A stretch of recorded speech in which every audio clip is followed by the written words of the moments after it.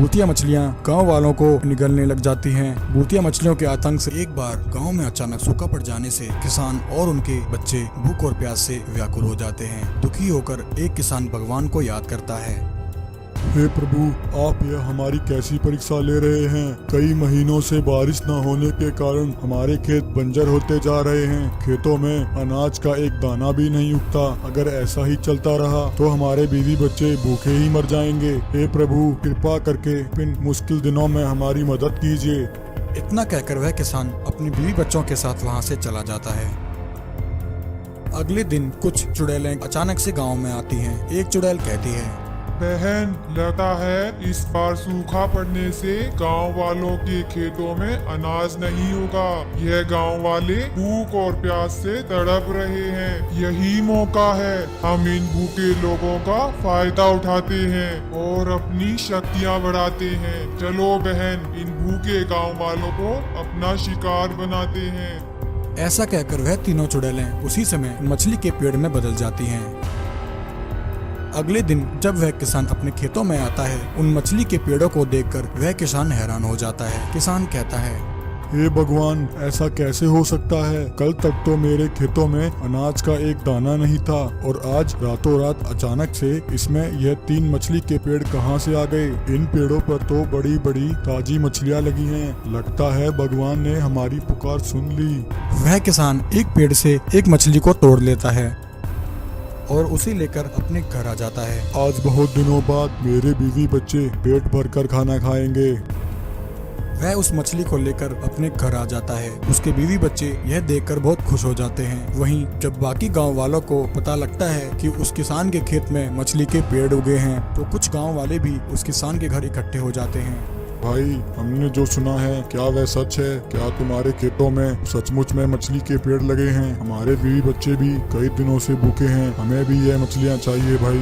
किसान कहता है, हाँ मेरे गांव वालों, ईश्वर ने यह कृपा हम सब पर की है। तुम मेरे खेतों में जाकर वहाँ से मछलियाँ ले सकते हो। उस किसान की बात सुनकर बाकी गांव वाले भी उसी समय उन मछली वाले पेड़ों के पास पहुंच जाते हैं और वह भी उन मछली वाले पेड़ों से मछलियां तोड़ लेते हैं और उन्हें अपने घर ले जाते हैं। उधर जैसे ही वह किसान उस मछली को पकाने के लिए जाता है, वह मछली अचानक से बड़ी हो जाती है। क्योंकि वह मछली भूतिया थी तो वह उस किसान और उसकी पत्नी को जिंदा ही निगल जाती है। यह सब देखकर उस किसान के बच्चे बंटी और सीमा वहां से भाग जाते हैं। वहीं बाकी गांव वालों के साथ भी ऐसा ही कुछ होता है। भूतिया मछलियां गांव वालों को निगलने लग जाती हैं। भूतिया मछलियों के आतंक से गांव में हाहाकार मच जाती है।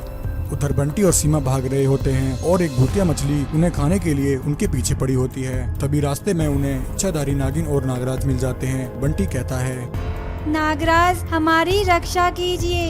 एक भूतिया मछली हमें खाना चाहती है और हमारे पीछे पड़ी है। बंटी की बात सुनकर नागराज उसी समय उस भूतिया मछली को अपनी शक्ति से नष्ट कर देते हैं। नागराज कहते हैं, बच्चों, यह गांव में क्या हो रहा है? यह भूतिया मछलियां कहां से आई हैं? बंटी नागराज को सारी बात बता देता है। नागराज कहते हैं, बंटी बेटा, वह भूतिया मछली वाले पेड़ कहाँ हैं? तुम मुझे इसी समय उन पेड़ों के पास ले चलो।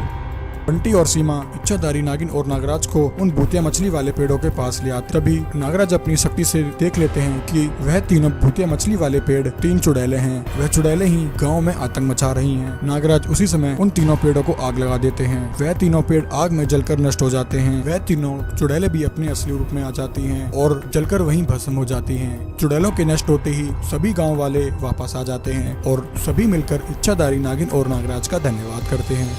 ऐसा कहकर मोटू कालिया राक्षस तालाब में छलांग लगा देता है। शेर महाराज उसी समय जंगल से चले जाते हैं। एक समय की बात है, भूख से व्याकुल मोटू कालिया राक्षस और चुड़ैल एक जंगल में आ जाते हैं। मोटू कालिया राक्षस कहता है, अरे चुड़ैल, कब से हम खाने की तलाश में ऐसे ही भटक रहे हैं। मुझे जल्द से जल्द खाना चाहिए, वरना मैं तुमको ही मार कर खा जाऊंगा। तभी चुड़ैल की नजर तालाब की मछलियों पर पड़ती है। उन बड़ी बड़ी मछलियों को देखकर चुड़ैल के मुंह में पानी आ जाता है। चुड़ैल कहती है, मोटू कालिया राक्षस, वह देखो, इस तालाब में कितनी बड़ी बड़ी मछलियां हैं। लगता है भगवान ने हमारी सुन ली। यह तालाब तो किसी स्वर्ग से कम नहीं है। चलो इन मछलियों को खाकर अपनी भूख मिटाते हैं। ऐसा कहकर मोटू कालिया राक्षस और चुड़ैल तालाब में छलांग लगा देते हैं और मछलियों को पकड़कर खाने लगते हैं। मोटू राक्षस कहता है, अरे वाह चुड़ैल, तुम तो सही कह रही थी। इस तालाब की यह मछलियाँ तो बहुत ही स्वादिष्ट हैं। मैंने इससे पहले इतनी स्वादिष्ट मछलियाँ कभी नहीं खाई। तभी चुड़ैल कहती है, मोटू कालिया राक्षस, यह तो कुछ नहीं। जब ये मछलियाँ इतनी स्वादिष्ट हैं, तो इन मछलियों की रानी जलपरी कितनी स्वादिष्ट होगी। मोटू राक्षस कहता है, हाँ हाँ चुड़ैल, मुझे वह जलपरी चाहिए। बताओ कहाँ है वह जलपरी? सब्र करो मोटू राक्षस, जल्द हम उस जलपरी को भी अपना खाना बनाएंगे। तब तक हम इस जंगल के जानवरों और मछलियों को खाकर अपनी भूख शांत करते हैं। ऐसे ही मोटू कालिया राक्षस और चुड़ैल जंगल के बाकी जानवरों को भी मारकर खाने लगते हैं। एक दिन ऐसे ही तालाब की कुछ जलपरियां आपस में बातें कर रही होती हैं। तभी वहां मोटू कालिया राक्षस और चुड़ैल आ जाते हैं। जलपरियों को देखकर मोटू कालिया राक्षस के मुंह में पानी आ जाता है। अरे वाह चुड़ैल, यह तो एक नहीं बल्कि दो जलपरियां हैं। अब मुझसे सब्र नहीं हो रहा है, मुझे ये जलपरियां खानी है। ऐसा कहकर मोटू कालिया राक्षस तालाब में छलांग लगा देता है। मोटू कालिया राक्षस एक जलपरी को पकड़ लेता है। दूसरी जलपरी जान बचाकर वहां से भाग जाती है। चलो चुड़ैल, इस जलपरी को पकाकर खाते हैं। वहीं दूसरी तरफ वह जलपरी इच्छाधारी जलपरी के पास आ जाती है और उन्हें सारी बात बता देती है। इच्छाधारी जलपरी कहती है, जलपरी बहन, हम इस प्रकार उस राक्षस और चुड़ैल का सामना नहीं कर सकते हैं। ऐसा कहकर इच्छाधारी जलपरी एक शेर से कहती है, हे शेर महाराज, आप जल्दी से गांव जाइए और साधु बाबा को लेकर आइए। मुझे उनकी सहायता चाहिए। इच्छाधारी जलपरी की बात सुनकर शेर महाराज उसी समय जंगल से चले जाते हैं और अगले ही दिन साधु बाबा को लेकर जलपरी के पास आ जाते हैं। जलपरी साधु बाबा को सारी बात बताती है। साधु बाबा, एक राक्षस और चुड़ैल हमारे इस जंगल में घुस आए हैं। उन्होंने जंगल के कई जानवरों को अपना खाना बना लिया है और अब वे दोनों हमारी जलपरी बहन को भी खाना चाहते हैं। उसे बचाने में आप मेरी सहायता कीजिए। इच्छाधारी जलपरी की बात सुनकर साधु बाबा अपने अंतर्मन की शक्ति से सब देख लेते हैं। साधु बाबा कहते हैं, हे इच्छाधारी जलपरी, उस राक्षस से जलपरी को बचाने के लिए मेरे पास एक योजना है। वहीं मोटू कालिया राक्षस और चुड़ैल जलपरी को खाने की तैयारी कर रहे होते हैं। उसी समय साधु बाबा एक घड़ा लेकर वहां पहुंच जाते हैं। साधु बाबा मोटू राक्षस से कहते हैं, हे राक्षस राज, आप जिस जलपरी को खाना चाहते हैं वह जलपरी यह नहीं है। इससे भी बड़ी इच्छाधारी जलपरी इस घड़े में आपका इंतजार कर रही है। राक्षस कहता है, हाँ, मुझे वह बड़ी जलपरी चाहिए। परंतु चुड़ैल बहुत चालाक होती है। वह समझ जाती है कि यह सब उस इच्छाधारी जलपरी की एक चाल है। वह मोटू राक्षस को घड़े के अंदर जाने से मना करती है। परंतु बड़ी इच्छाधारी जलपरी को खाने के लालच में मोटू कालिया राक्षस चुड़ैल की बात नहीं सुनता है और छोटा होकर उस घड़े के अंदर चला जाता है।